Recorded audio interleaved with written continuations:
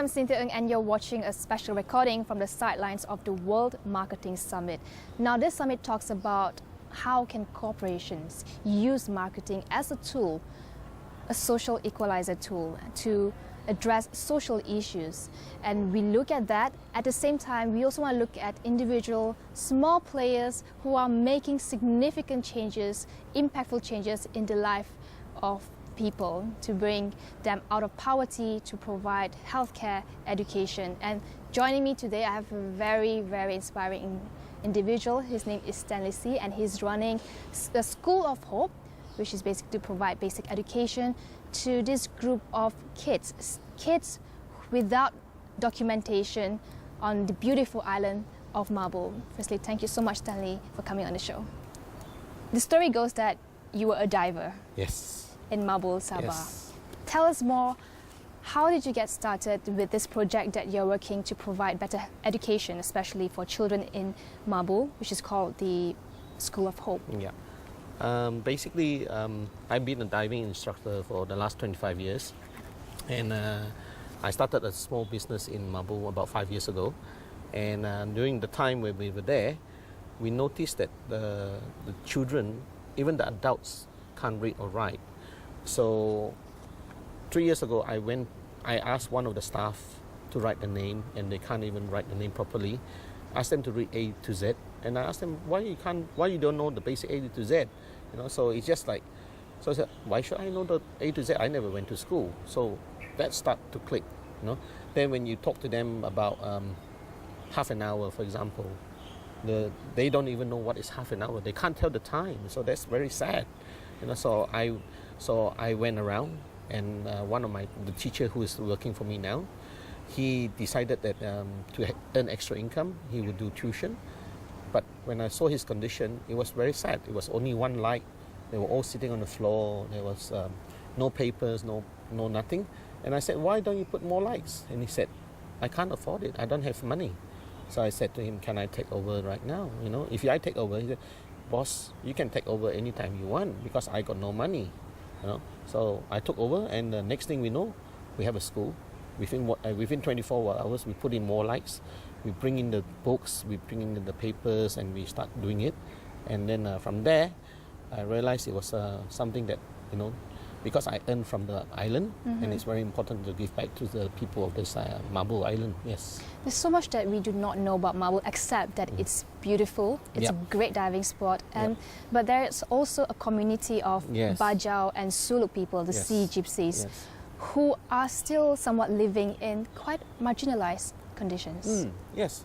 They are. I mean, the house, if you go there and look at it yourself, is quite shaggy.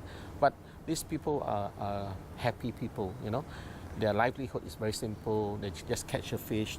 It's enough for them, but there's no future for these people. Even the children, there's no future because basically they don't have any documents, no birth certificate at all. So these are stateless children? They are stateless, yes. And most of them, are they Malaysians? I mean, were they born here? They were born on the island itself, on Mabul itself.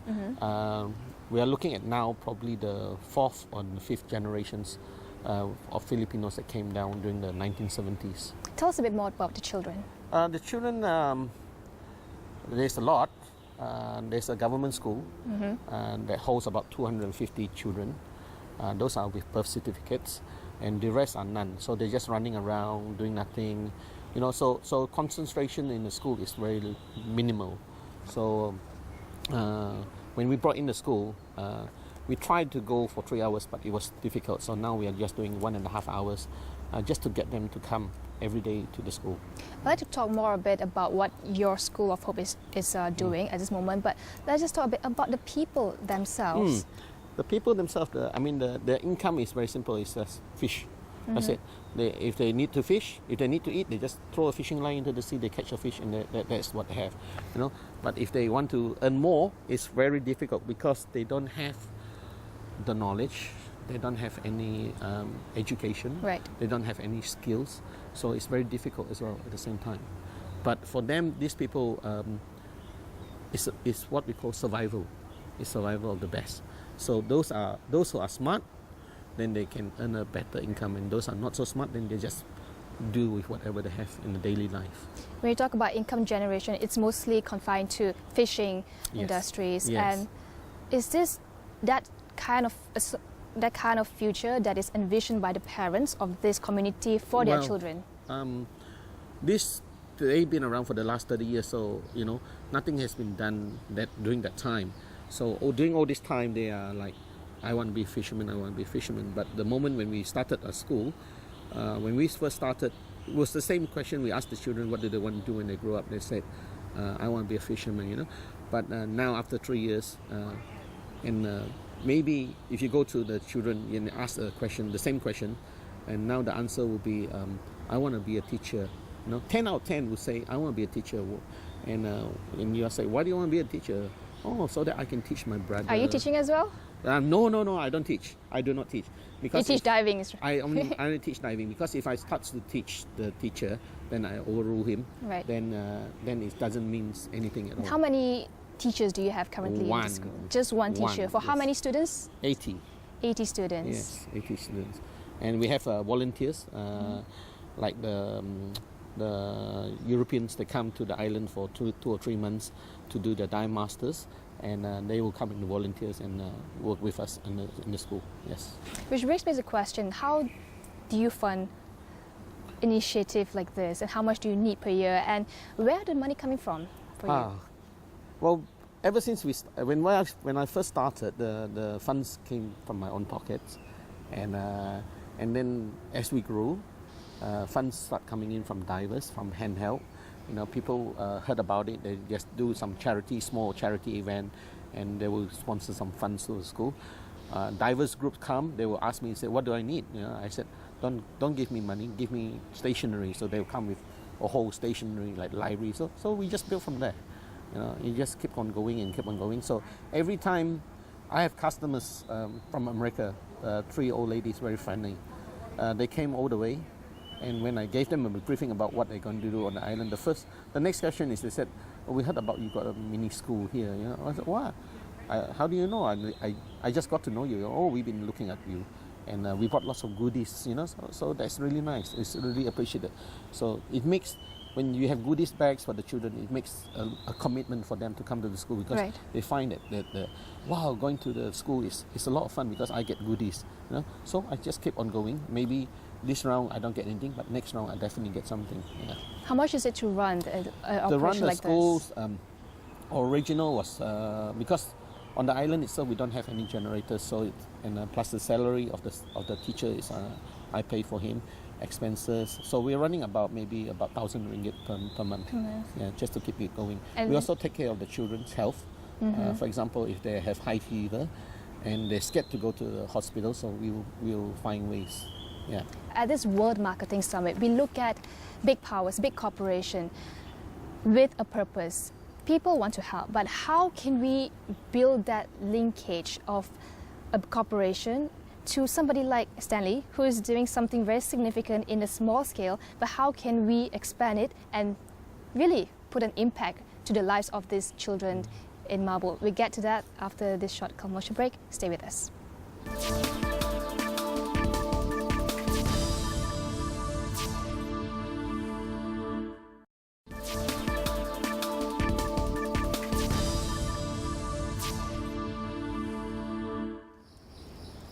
Mabul in Sabah is probably one of the best diving spots in the world. It is well recognized and it has beautiful resorts. But at the same time, in Mabul, there is also a community of Bajau and Suluks who are living in marginalized conditions, whereby stateless children do not have access to education or state-sponsored healthcare. I'm speaking to this person who is doing his very best to try to give a better future to these kids. Please tell us a bit about the everyday operations that you run in the School of Hope, and what are some of the challenges that you face? Okay, every day we do about 1 hour to 1.5 hours every day. There's no public holiday. If public holiday is like the festivals, or if they don't come to school, it may be because somebody on the island that's passed away, right? But basically we do it every day.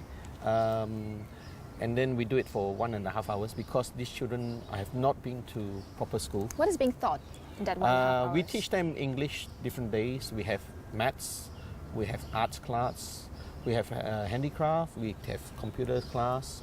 We also have English speaking class. You're running on a 1% capacity, and you need at least 1,000 ringgit. Yes, we have people coming in to donate money, to give stationaries, but that's just not sustainable in the long run. Yes, we have to keep it going, but at the same time, we have to have something new for the children because the children are growing up very fast. So if we do the same thing almost every day, this week is the same, next week is the same. So there's no challenge for these children. So we want a challenge. We want to bring them to the next level. I can't do that. But if the international people, the NGOs, the colleges out there, you know, and they can do like things like e-learning, I think maybe we can see a future for a better generation of these children. We can turn them to become a better people. What sort of future do you envision for the kids? Well, I mean, the kids are growing up so fast. I just hope that because this is their place, this Mabul is their island. So if they can become professional dive instructors, or you know, maybe if their family are wealthy, maybe run a small little homestay, or thus maybe they can run boat operations, snorkeling cruise for people, you know. So there's so many potential things besides fishing. How about the parents themselves? Do they see the value in education? They see it. They see that it's important for the children to learn the basic, you know. But when you start putting a price to it, then they're not interested because they can't afford it. But what we are doing is right now is we are opening a new door. And the children is looking at the new direction.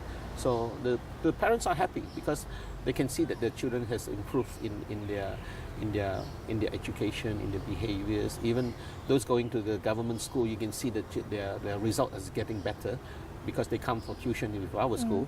So it's definitely a good sign already. Yes. How do you see the future disparity between kids that are able to access healthcare, government school, and at the same time this group of students, group of kids who do not have anything? It's very difficult. That's why from my side, when they come to the school, there's a very big commitment. So in return, not only that we just give them pencil case, but we also bring in the healthcare. We bring in international doctors. We bring in volunteers doctors who come to the island for a few days and of diving. They're diving doctors, and they will do charity works and screening the children. So we hope this will keep on going every year, so we can monitor the children. Maybe we at this moment we have 80, but next year maybe we will have another 160. You know, but keep it going so we can from here we can monitor the health because down there the health problem is very, very high. A lot of malnutrition, right? Because of sanitation and hygiene and stuff like that. So it's important for me and the children is to give them a lot of awareness program and keep it going. Just keep it going, not every 6 months, but every now and then. So like just keep on giving them information and teaching them all the stuff. Your views, how do you think this could be a sustainable initiative? Besides the money, how do you lift them out of the cycle that they are stuck in? Okay, a lot of the children are thinking they want to be a teacher. So to keep it going, you know, let's bring these children up to become that next level of teachers, because we only have one teacher. So if we bring them up to become the next level, then we have more teachers, then we have more, we will need a bigger school, of course, and then we can run bigger classes, and we have maybe 4 or 5 teachers. These are the children themselves who become the teachers there. So from there, I think it's a circle of life going on around there. So it's something that, you know, they can look into. I think that's very important for them, because for them it's very closely knitted. So it's very important that they share the same knowledge as well. Where do you see the support is coming from the local community? The locals are great. We just deal with a few NGOs, the locals, and they've been providing a lot of awareness program, especially for the ladies, for our young girls, especially when they have We talk about hygiene as well. So it's really great because they are very, the locals are, because they speak Bahasa, so it's very easy for them to blend in. The Western, they only speak English, so a bit difficult, but slowly we're getting there. But the locals have been really, really supportive. Have you approached authorities regarding this initiative that you're doing? Why not? Yet. Not yet. Because those days I wasn't proper licensed. So now we are proper licensed. I think we only got the license about last month. So Right. I think we're going to move that very slowly and ask for government help as well. Take this discussion to the last commercial break. When we come back, let's talk about how a summit like this World Marketing Summit could potentially help Stanley, a one-man show, I would say, but to give a larger impact to community in not only Mabul, but maybe there are pockets of these communities and there are people around the world like Stanley who's doing all this initiative, but how do you bridge that gap between corporate and social cause? After the break.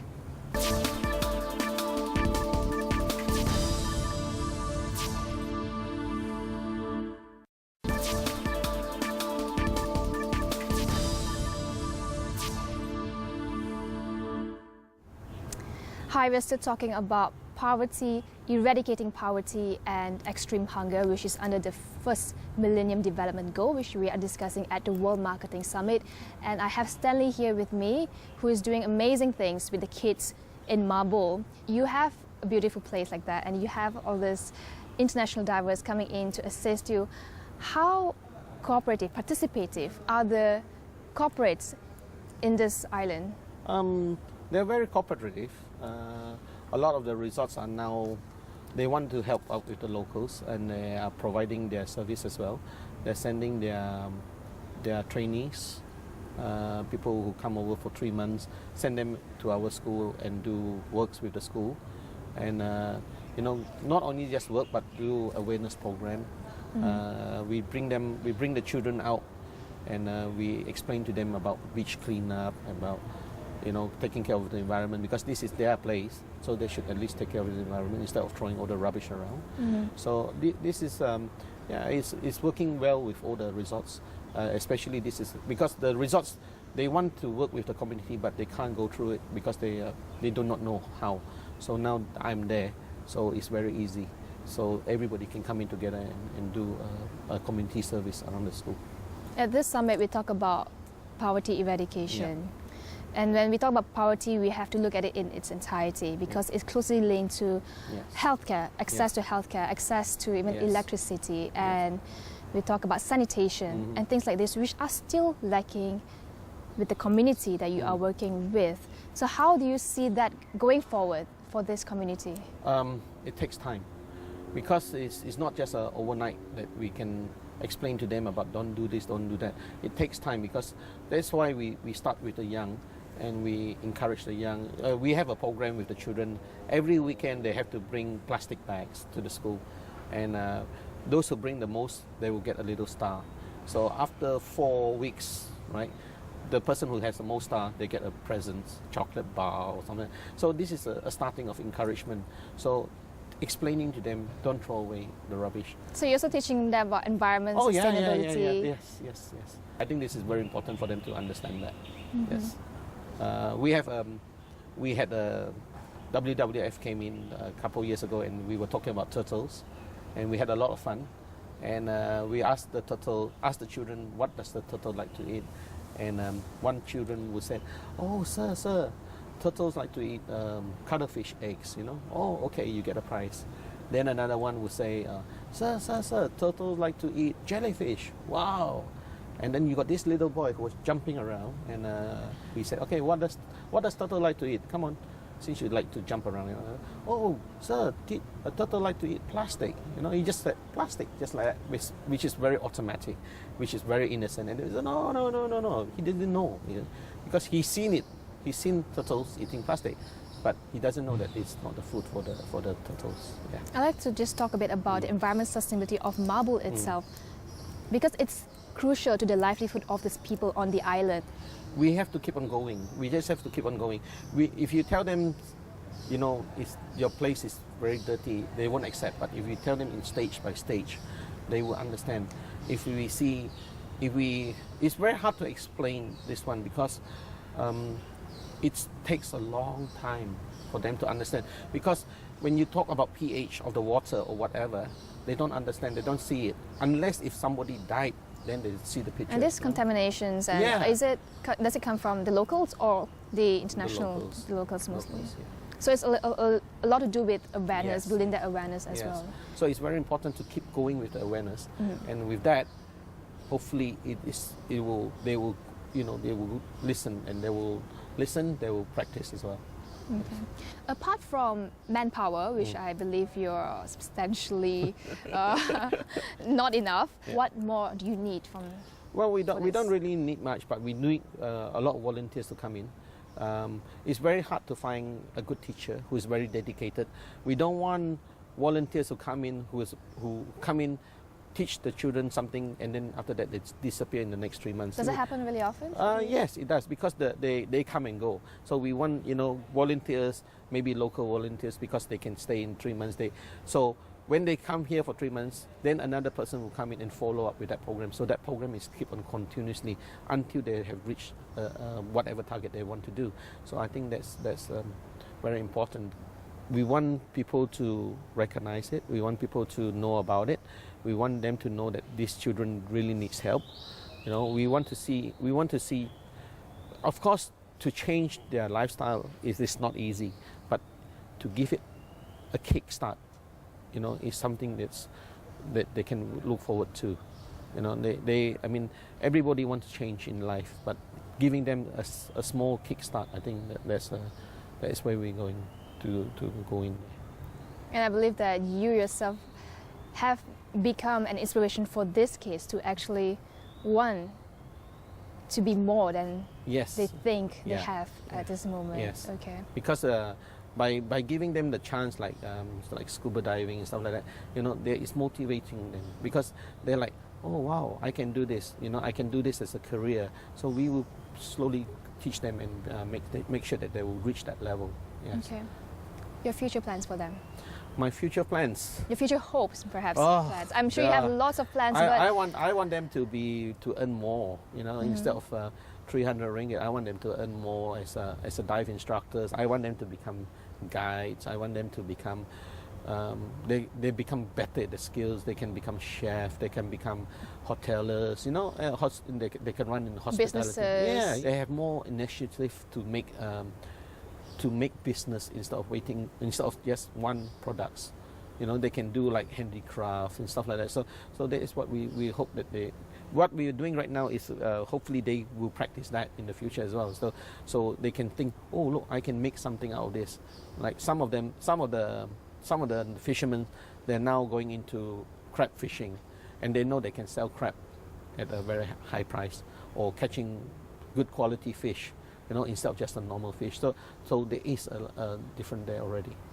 and these kids, when you ask them where they want to become teachers, where they want to be scuba diving instructors, do they tell you that their hearts are at Mabul, or do they say they want to expand further? Well, and move? they at this moment they are still in Mabul, because they are, as I said, they are very closely knitted to their family.